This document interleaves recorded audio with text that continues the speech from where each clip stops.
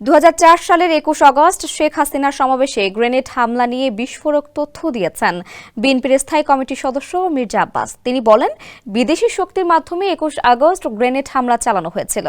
এর সঙ্গে বিএনপি জড়িত ছিল না। এছাড়া এই ঘটনায় তারেক রহমানকে জড়িয়ে মিথ্যা মামলা দেওয়া হয়। রোববার হাইকোর্টের রায় ঘোষণার আগে জাতীয় প্রেস ক্লাবে তিনি এসব কথা বলেন। আলোচনা সভায় মির্জা আব্বাস বলেন, ন্যায় বিচারের সময় এসেছে। সব মিথ্যা মামলা থেকে বিএনপি খালাস পাবে। গত 15 বছরে সঠিক ইতিহাস ডাস্টবিনে ফেলে দিয়েছে আওয়ামী লীগ। তারা ইতিহাস বিকৃত করেছে। মির্জা আব্বাস বলেন, স্বাভাবিকভাবে আওয়ামী লীগ ক্ষমতা ছাড়লে দেশের অবস্থা আজ এমন হতো না। বিএনপি আশা করছে বর্তমান সরকারের হাত দিয়ে দেশে গণতন্ত্র ফিরে আসুক। তবে বর্তমান সরকারকে বিব্রত করতে চলছে অশুভ ষড়যন্ত্র। ইডেন বে কক্সবাজার সমুদ্র সৈকতের উপর নিজেদের একটি ঠিকানা। মাত্র 5 লাখ টাকায় আপনিও হয়ে যেতে পারেন এই হোটেলের মালিক।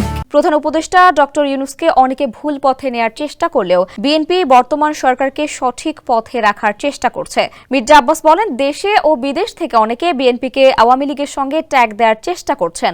বিএনপি ও আওয়ামী লীগ একসঙ্গে যেতে পারে না। বাংলাদেশের স্বাধীনতা সার্বভৌমত্বের দিকে ভারত চোখ তুলে তাকিয়েছে বলেও দাবি করেন মির্জা আব্বাস।